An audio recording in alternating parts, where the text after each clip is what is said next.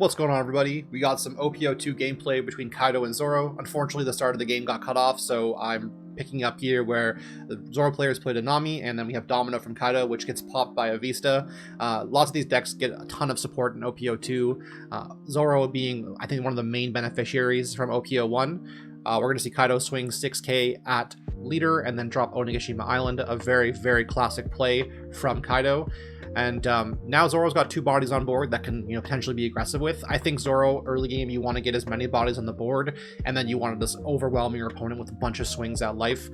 We're going to see a 5k swing here from the Vista at life, and as Kaido, you have 5 life still, and you could take this, but he ends up not taking it, and then he ends up taking the Nami swing. It doesn't really matter which one you take. And then he's going to see 7 from Zoro at life, and that puts him down to 3 life already, so that's feeling really good from the Zoro player. He's feeling pretty happy about that. However, Kaido is going to be at 7 Dawn here, and 7 Dawn means a very strong turn, because that could be a 7-drop king or even a 6-drop king from Kaido. 7-drop king just blows this board right out of the water. Kaido's going to swing a Nami, no counter there, and then King's going to go ahead and pop the Vista, and that's a clear board for Kaido, and nothing on the side to respond with from Zoro. So Zoro's got to rebuild from there. Now, depending on the version of Zoro that you are playing, you do have the ability to go really, really wide, really, really fast. And so we are going to see a 7k swing at life from the Zoro here. Again, big fan of odd on odd and even on even. Make them use a lot. So they're going to see a blast breath usage here, which is going to benefit the Zoro player. It's going to mess with the tempo a bit from the Kaido side. And then we're going to see a Rush Luffy come out here, which means that blockers aren't going to be as effective. And it likely means that there's probably a Diablo Jambe in the hand of the Zoro. So they're going to use that in combination with potentially like another Rush Zoro or one of the other aggressive cards to go aggressive here. And we're going to see an 8k swing from King at life and then another 8k swing from Kaido at life.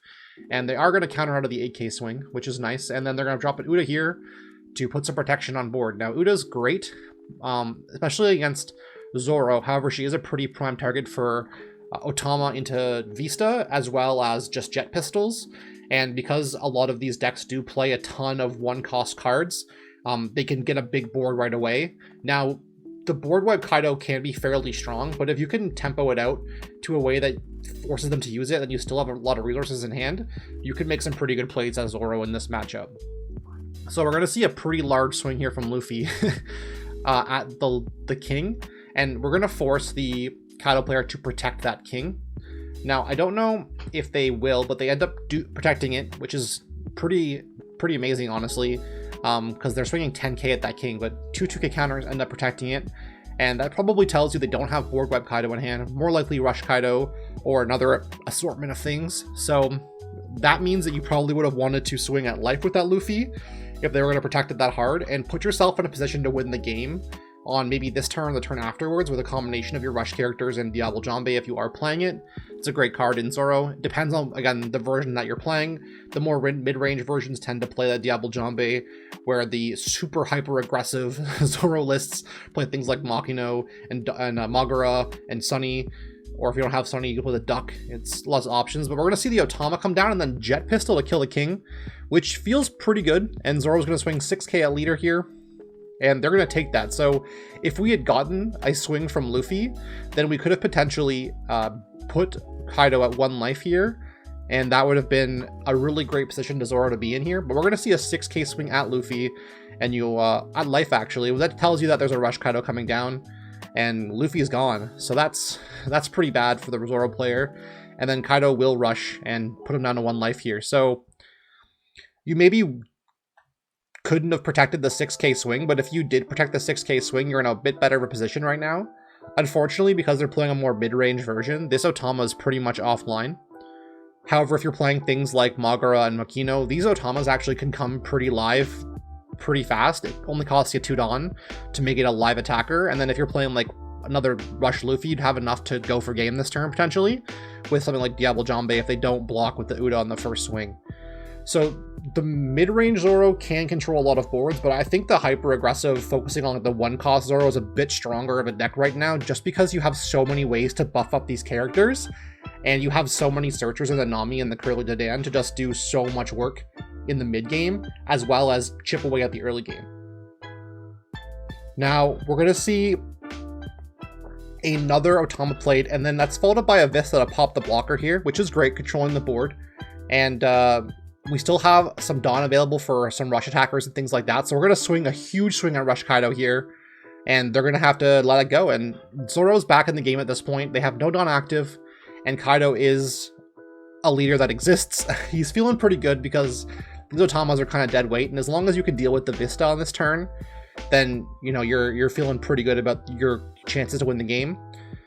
Having this much Dawn up means that you could see a 6-drop King come out here. There's a multitude of different cards that could come out here and have a large impact. Vista, I think being an attacker that only needs 1 Dawn is great, but we're going to see 5 Dawn rested here to play a Uda to active the last Dawn here. And then we're going to see only 2 cards in the Kaido player's hand, so not a ton of options right now. 3 cards actually, sorry, not 2 cards. So not a ton of options. We might see a blocker, they might have a Blast Breath open. We could see a 2-cost blocker come out here and just really protect life at this point. So they're going to swing 6 at leader, which they're going to counter out with one of the promo Luffy's. And then we're going to see a 2-cost blocker dropped. So you have to deal with this blocker, unfortunately. There's 2 life left on Kaido's side. And only got 2 cards in hand, so I think the first thing that you do is you chip away at the life here. I think if you have another Vista in hand, which it's pretty unlikely that the Zoro player does because he's already used so many Vistas at this point, but you could be in a position where you might be able to win the game depending on what's in your hand. Like if you have a Rush Zoro in hand, I think you just go swinging because there's only 2 cards in hand from Kaido and there's no Dawn active right now. So I think you could just swing away here. They block one of your attacks, but then if you have, you know, any kind of removal here, you should have enough to end the game. So we'll see what ends up happening here, but that's why, again, cards like Vista are so good because, again, a Vista just comes down and pops that blocker, and now this game is looking winnable from Zoro's position here. You have 2 attackers on board. One's going to be swinging at 6k, one's at 5. The likelihood of your opponent having more than a 1k counter in hand is pretty high, though, because it is purple. They do play a lot of 2k counters. But if you swing 6k, they have to use a 2k. And if they don't have a 2k, they have to take it. So you're swing 5k with Vista.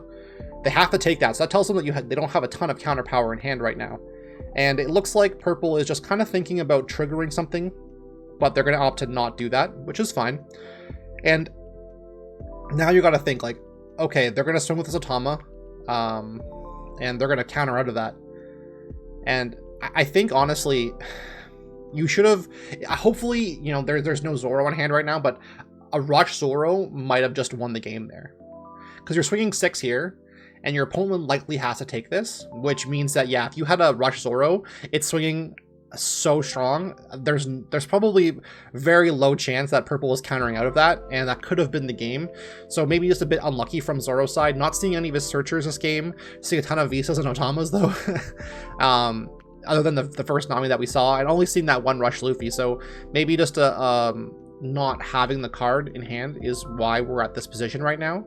So we're going to go ahead and see Kaido trash the last life. And the last life was another Luffy, so that's a 2k counter. So that's pretty impactful here.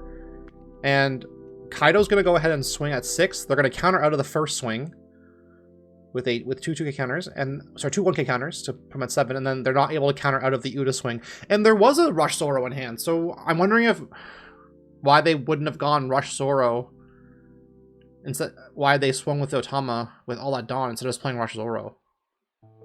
But that's the game. Kaido taking it, and thanks so much for everyone for tuning in. Monty out.